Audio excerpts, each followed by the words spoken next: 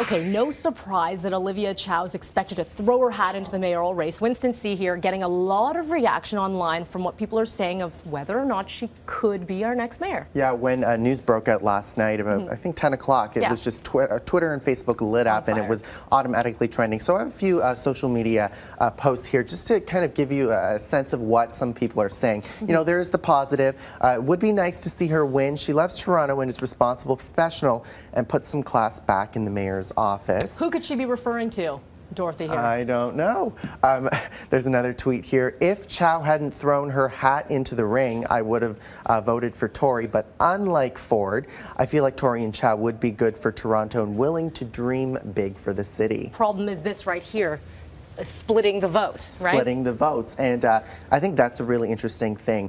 You know, Rob Ford has a huge grassroots community, has big support in the suburban areas, and it's getting the people to get out to vote for Tory and Chow and not seeing that split of votes so that we see the Ford-Moore years come to fruition. And it's you know, downtown versus suburbs, so there's that whole question there, a split as well. So it's Ford against the world, it seems, right now. Ford against the world, and it's not all positive. Okay. Another tweet here. I feel if Tory or Chow get in, hello road tolls, much higher taxes, you don't leave federal politics to go municipal. So is this too jarring of a change from a Ford-type agenda to a different agenda? Or is it a good change? Or Who is knows? it a good change? Yeah. Is it a good change? So one more here. She's got zero understanding of what Toronto needs. She'll raise taxes, cut funding, and it's a terrible thought that she'd win.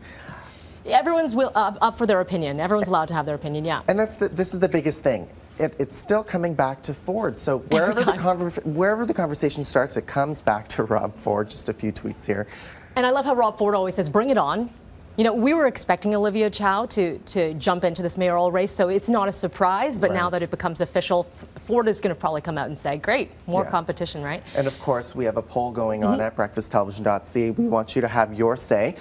Based on Olivia Chow's past as politician in current state of Toronto, would you give her your vote? 56% of people are saying no.